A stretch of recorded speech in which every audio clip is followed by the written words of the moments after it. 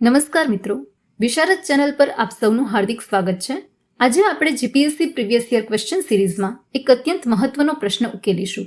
મિત્રો યાદ રાખજો, ભારતીય રાષ્ટ્રીય કોંગ્રેસની સ્થાપના પહેલાની પ્રાદેશિક સંસ્થાઓ અને તેમના સ્થાપકોમાંથી પ્રશ્નો જીપીએસસી, યુપીએસસી અને અન્ય પરીક્ષાઓમાં વારંવાર પૂછાય છે.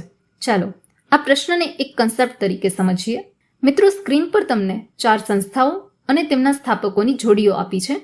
1. પૂના સાર્વજનિક સભા, મહાદેવ ગોવિંદ રાનડે. 2. મદ્રાસ મહાજન સભા, આનંદ ચાર્લુ. 3. Bombay presidency association, Badruddin Tyabji. 4. Indian association, Surendranath Banerjee. મિત્રો, આ પ્રશ્નમાં કેટલી જોડીઓ સાચી છે તે જણાવવાનું છે. મિત્રો, આ પ્રશ્ન ગોખવાને બદલે આપણે ઘટનાક્રમ મુજબ સમજીએ તો સૌપ્રથમ આવે છે પૂના સાર્વજનિક સભા. સાલ 1870. પુણેમાં સ્થપાયેલી આ સંસ્થાના મુખ્ય સ્થાપક મહાદેવ ગોવિંદ રાનડે અને ગણેશ વાસુદેવ જોશી હતા, જેનો મુખ્ય હેતુ જનતાની રજૂઆતો સરકાર સુધી પહોંચાડવાનો હતો. તો આ જોડી સાચી છે. ત્યારબાદ ઇન્ડિયન એસોસિએશન. સાલ 1876. સુરેન્દ્રનાથ બેનર્જી અને આનંદ મોહન બોઝે કલકત્તામાં આની સ્થાપના કરી હતી. આ સંસ્થાને ભારતીય રાષ્ટ્રીય કોંગ્રેસની પૂર્વ ભૂમિકા માનવામાં આવે છે. તો આ જોડી પણ સાચી છે. ત્યારબાદ આવે છે મદ્રાસ મહાજન સભા.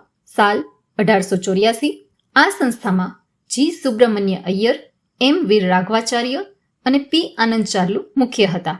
તો આ જોડી પણ સાચી છે. ત્યારબાદ બોમ્બે પ્રેસિડેન્સી એસોસિએશન. સાલ 1885.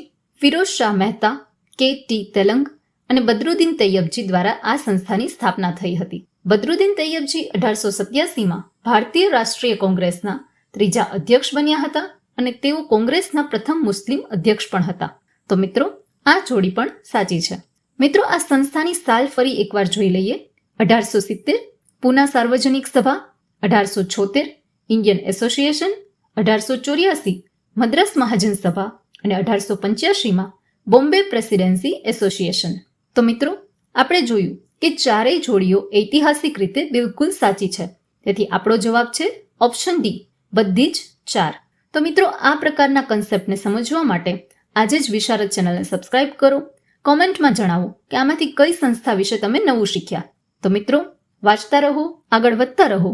All the best. Thank you so much.